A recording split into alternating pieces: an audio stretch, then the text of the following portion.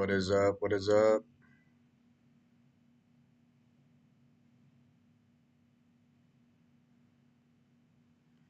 Good morning, everybody. Good morning. Hope you guys have had a good start to your week. I'm gonna just do a quick live this morning. We got some news. I'm not gonna be on here very long.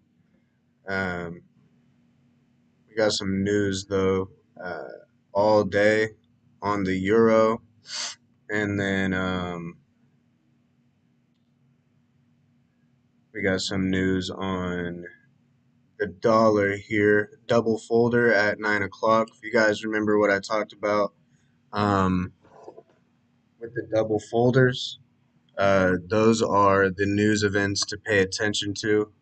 Um, Not necessarily, try and trade them right away, but um, you know, maybe after news, sometimes a setup might present itself, or even the next day, a setup might present itself.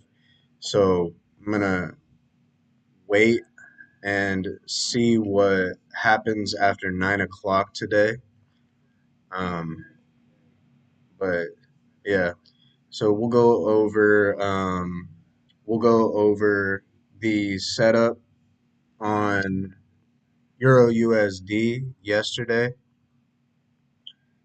Uh, well, the setup that I found Sunday, but it played out perfectly yesterday. We'll go over that, and then we'll go over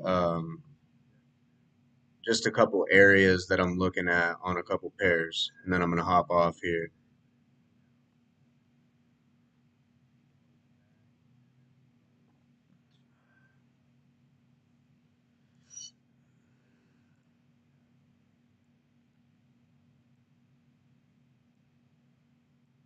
All right. So on Sunday, I traded the euro, um, and here's a before picture of this setup. So you can see right here. I wish I had a pen on this, but you can see right here strong pushes to the upside, right? So a lot of money is being placed in buys. You can see, you know, a lot of the footsteps that the big money players are leaving behind. And this gives me an indication, hey, start paying attention to this pair because a setup might be presenting itself. And if you look at this first push to the upside, you see that a retracement had occurred, right? Price retraced back into this demand area and gave a strong push up to the upside. But price, it retraced, gave another push to the upside, but it didn't come back down to the lowest point of demand yet. It didn't come back down to 0.9928 yet, right? So at the end of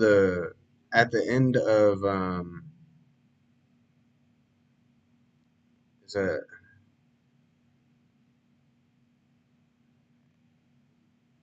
yeah, at the end of the week, right here, Friday, right, we see price take uh, a roll over to the downside at a pretty rapid pace, right?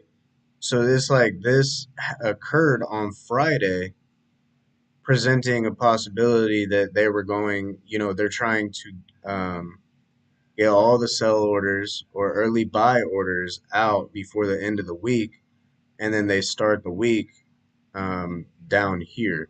And you see this push up, it didn't get mitigated out of yet.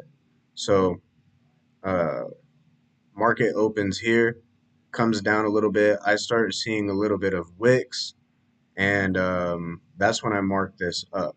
So before I get to the after uh, picture, I'll show you guys what I found. Um, so here I can draw. So here we have that push to the upside, another push to the upside, and then a big push to the upside, mitigating out of this equilibrium from the bearish activity that's been going on.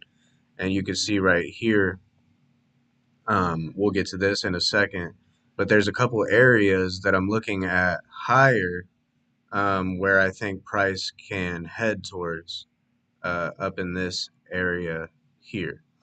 Um, so what do we see, right? So I'm looking at this, market opens, price comes down, and starts, it gives me 1 wick, 2 wicks off of this area here. But what is this area? Yes, there is this last down candle before this huge push to the upside. But what did I find on the 15-minute time frame? So if we look in this area here, where that last down candle was before this huge impulse to the upside is, you can see right here, there's inefficiency, a fair value gap. So we can label that just so you guys can see where that is on the bigger picture here. So we'll go back to the 1 hour, and now you can see it's this last down candle, huge push to the upside, a little bit of inefficiency along in that same area. And the more confirmations that you have on the trade, the more likely that it will play out in the way that you expect it to play out. Excuse me. So yeah, take that note into consideration. The more confirmations that you have on a trade, the more likely it is to play out the way that you expect it to play out, right? Um, so yeah, we bought in this area here, as you can see on my before picture, on that 15-minute fair value gap around 9928. And then this was the after, 128 pips. I took most of my, and I do this all the time, and if you guys follow me, you know that I do this a lot. I take most of my profits at my intended profit target. Okay, so this is something that you guys need to get accustomed with. You guys need to train yourself to do this, because there's a lot of you that will hold a trade for 50 pips, and then you expect it to go 100, and then it comes back down to 15 pips, and then you guys close, and then it goes back up to 100, and then you get mad at yourself because you didn't hold the trade, and you know you blame it on the market when it's your fault. So I always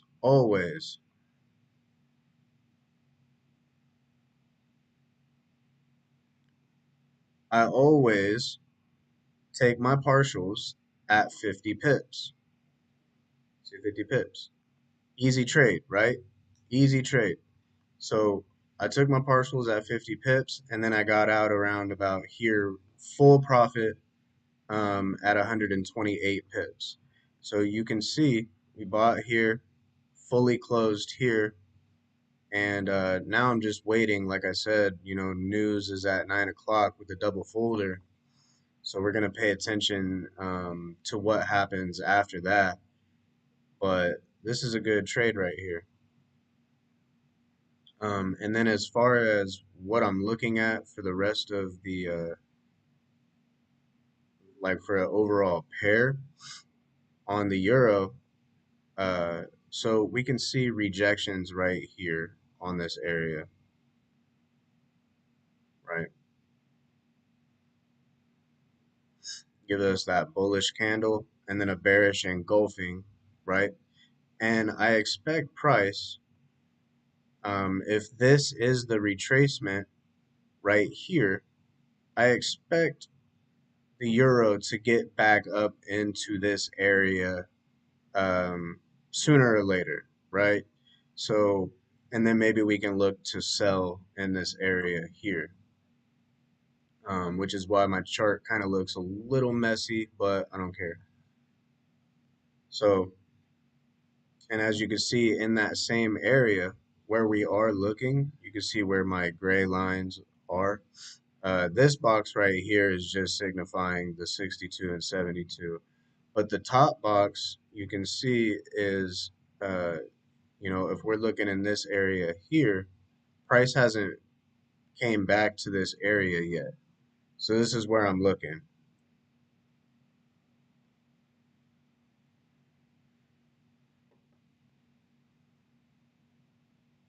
Sooner or later, price will probably get up there.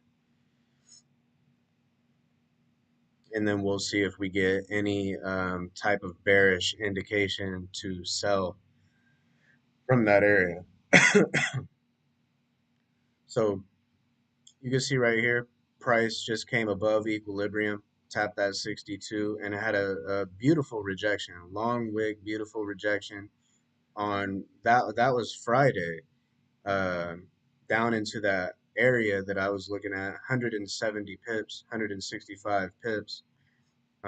So if you were selling there too, you definitely made some good money. But unfortunately, I think we're going to come back up just a little higher. And here's one reason why. I think this can go a little bit higher. Maybe might give us a rejection here. Not really betting on it, but here's the reason why. So when we look at the dollar, right? I have this projected area here where price still needs to go lower, right? So, in order for where was it? 15 minute? Yeah, right here, right there. So, in order for the dollar to get lower, to reject off of, this area here, Euro USD would have to go just a bit higher to correlate with what's going on in the market right now. And even this area here, uh, even this area here, I'm going to watch what happens in this area, but I still ultimately believe that the euro can get up here before showing us that full bearishness again. But that's just my take on that. And let's look at GBP USD.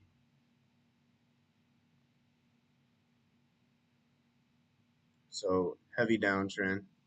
Look at the weekly here. We get a break of structure and a rejection in this area, right? So if we look closely here, we have the previous month's high, I think that was. Yeah. So previous month's high, previous month's low. And what does price do, right? So previous month's high is around this area somewhere, right here. Previous month's high is right here. And what does price do, right? Wick and close at the previous high, wicks and closes below the previous month's high, and then starts heading to the downside.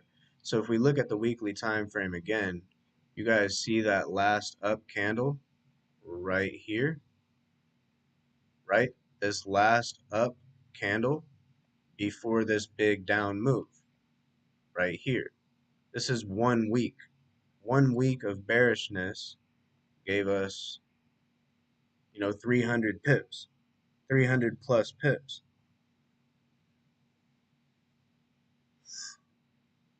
So this is a huge indication, you know, that there's some bearishness going on here. And when price reaches back up into that area, we can possibly look for sells again. And this is long term. So, and you see here, there's no clear indication of a point of interest. It's just the weekly time frame. So if I start seeing bullishness, which I haven't yet, if I start seeing bullishness, then price could possibly get back up into this area here for us to then sell off. But that'll take a little while for all that to happen. So we just got to pay attention, read these markets, understand these markets, and expect things, um, that might happen. Because the more time you spend on this, the more the more comfortable you're gonna get in figuring out and reading these markets here. But there are potential sells in this area here. It's crazy. It's crazy how strong the previous month's high and lows are. It's so crazy how strong these are because if you were that kind of trader that only entered, bought or sold, obviously, selling around previous month's highs, buying around previous month's lows, right? But you see price right here. Here, let me take a couple steps back. You see price right here, right? Taps the previous month's low and buys up. Price right here taps the previous month's low and buys up. But what happens here? Price smashes through the previous month's low right here, right? This whole down move. Price smashes through the previous month's low. And look at where it returns to. At the previous month's low, but it's under it. And I mean, I guess if you took a sell right here, you'd be up 60 pips right now. So if I would have taken this sell personally, I would have already taken like 95% of my partials on this trade right now with stop loss and profit, and I'm good to go. I'm good to go, right? So this is something to look at. Like we mentioned earlier, the dollar has to go lower, or it should go lower. It doesn't have to. It doesn't have to at all, but it should go lower, give us some type of rejection in this area here, which makes sense why Euro USD would have to go a little higher and GBP USD would have to go a little higher, right? And once again, there's double folders at 9 o'clock. So be paying attention to that. Be paying attention to the double folders at 9 o'clock here in about an hour or a little over an hour. So, but that's my take on Euro USD, GBP USD. We got Euro GBP here. This line right here, I think I'm looking at a weekly point of interest. Yeah, a weekly point of interest here. Um, the thing about monthly, weekly, and daily points of interest, um, some people they just enter, which I mean, if that's what you feel comfortable doing, then go ahead and enter.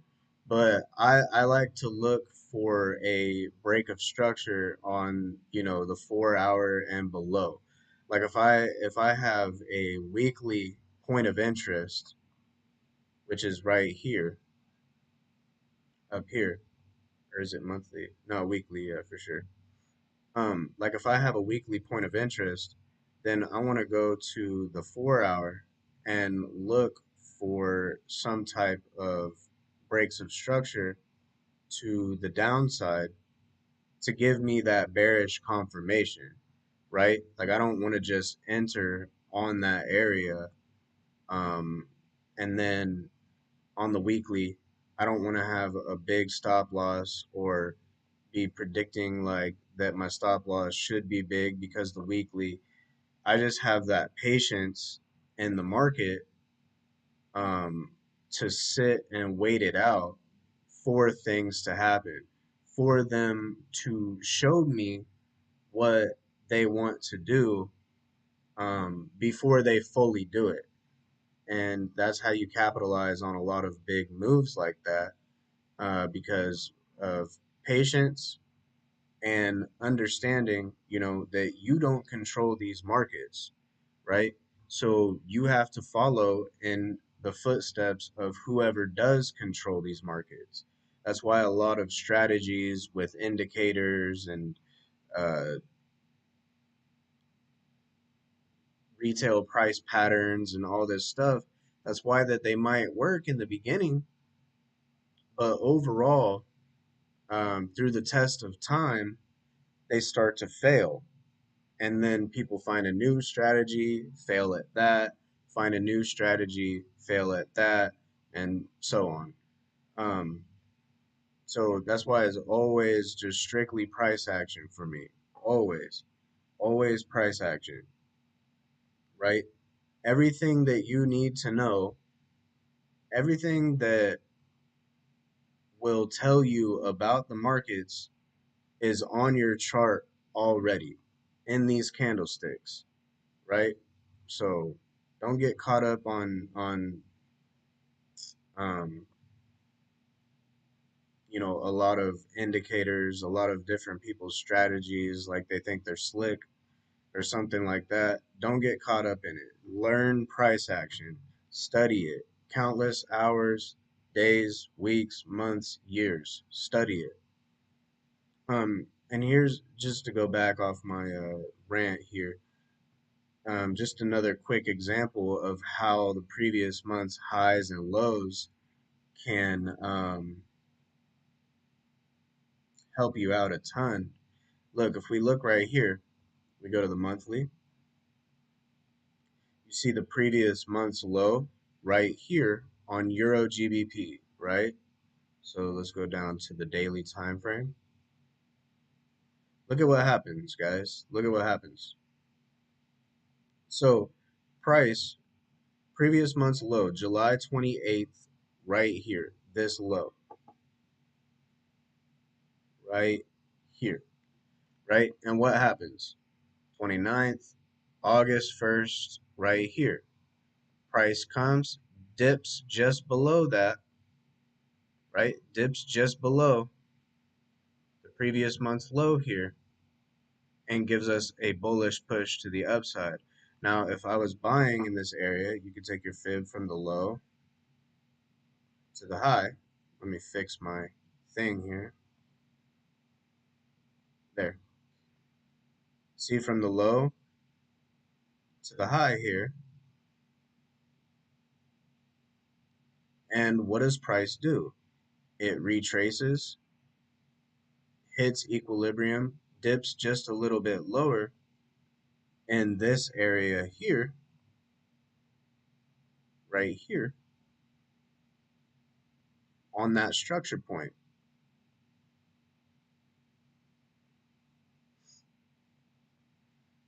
See? Last down move, huge push to the upside. Here's that point of structure right here. And now look, if I go back to the candlestick, boom, perfect, right? So let me delete that fib.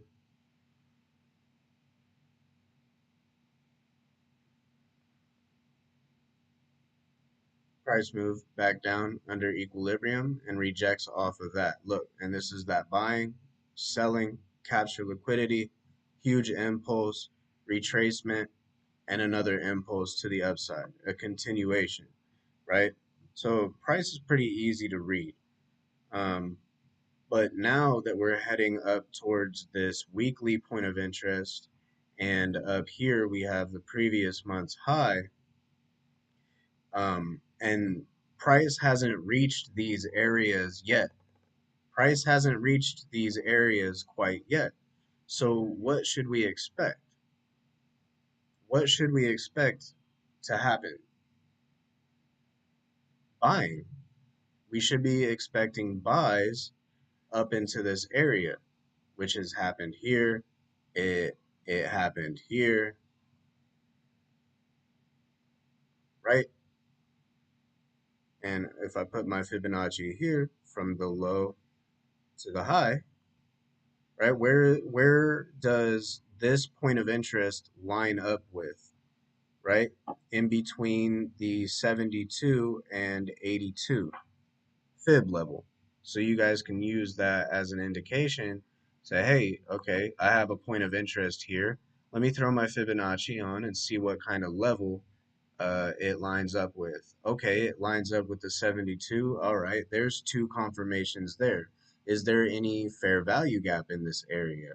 Is there any liquidity that got grabbed from this area? Right? So the more confirmations that you have on your trade, the more likely it is to play out. So just remember that. But that's my take on Euro USD, GBP USD, Euro GBP. We can look at Bitcoin a little bit here as well. I still think Bitcoin is heavily bearish. I do have predictions that Bitcoin can get back up to 28, 26, 28K before fully going down to 20, 15, and then 3,000. Eventually, we will get here. And if we don't, I mean, we read the markets well, right? I mean, you guys all know that I kill Bitcoin. Um, so we read the markets really well. And if price doesn't get down to this area, that's why we have other projected areas that could possibly show us bullishness. Okay? So if if that's going to happen, then I'm going to be buying.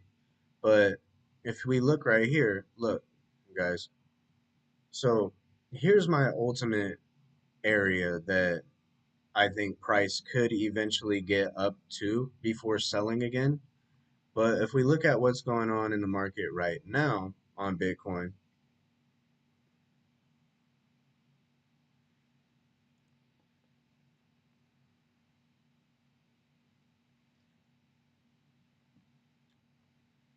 if we look at what's going on right now in the market on Bitcoin, we have a huge bearish engulfing. We have a huge bearish engulfing to the downside, right? So keep this in mind. Keep this daily um, line in mind, this daily point of interest, okay? So we go to the 4 hour, doesn't really show much, right? We see a huge long wick, taking a little bit of liquidity here, but not fully. Um, we see a huge long wick and then a push back to the downside, closed here, right? So let me go to the 1 hour, and then you guys will start to see this a lot better. So remember, me throw a fib. Now, where do my points of interest line up at? Well, I have one in between the 62, 72. I have another in between the 72 and 82. And then my highest one, the last stop, the last area that I would expect to see some type of rejection from is between the 82 and 92. So how do I decipher these? What do I do? Right? What do I do? Well, first off, we have 1, 2, 3, right? That does not look like a 3. We have 3, right? So what do I look for if I have 3 points of interest, right? Well, this one here, I'm waiting for a break of structure to the downside. I'm not going to just enter off my first point of interest. Second point of interest, I do the same thing, right? Second point of interest, I'm not just going to enter. But when price gets up to here, I'm just going to enter that, right? I'm at the highest point, which supply is high. If I have the highest point of supply that means my risk to reward also increases. My drawdown, my risk on the trade definitely decreases with the higher of a point of interest that I have. So the lower I'm entering, or I'm sorry, uh, first one, I'm waiting for a break of structure. Second one, I'm waiting for a break of structure before I start selling again. And then on my third one, and this is also too, like if you look, it's on the 1 minute, it could be on the 15, the 5, whatever. But your risk to reward increases.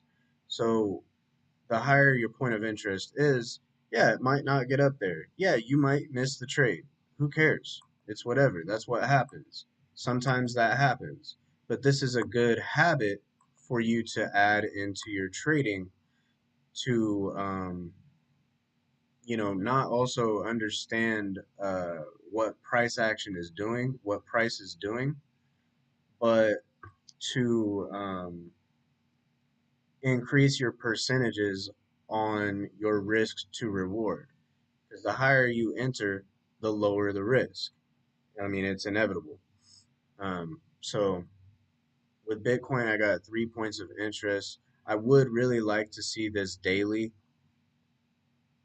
point of interest get hit and then show me some bearishness to take a trade there and maybe trade back down into this low. If this is the retracement that is occurring right now. But that's the thing about trading. It's a lot of you know, it's a lot of probabilities. It's a lot of what ifs, right? And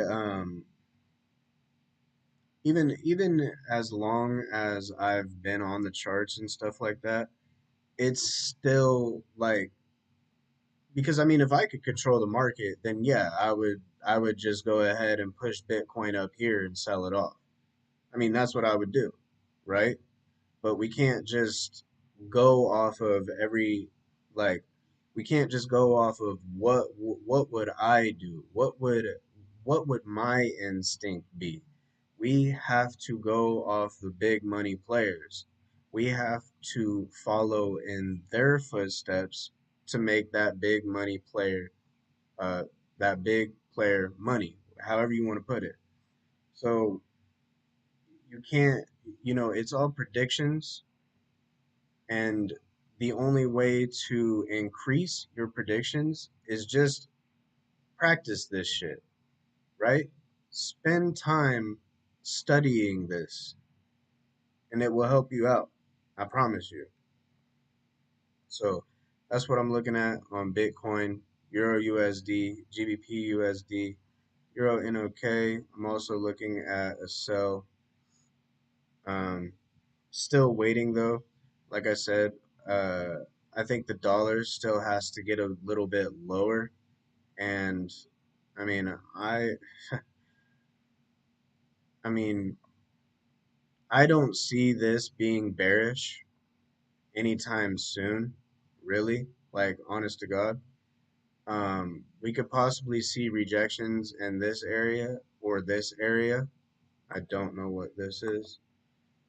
Um, But if we look here on the weekly, right, last down candle, and then we have a huge bear bullish engulfing. But if we look at the monthly time frame here, we still have supply areas up here that, you know, that haven't been hit in 15 plus years, basically. So, I mean, it's kind of crazy to see what's going to happen with the dollar and where it's going. And I mean, and that's the thing about trading, man. You just got to let it all play out. You got to let it play out. Um, but I'm going to hop off here with that. Make sure you guys give me a like, subscribe. I'm gonna put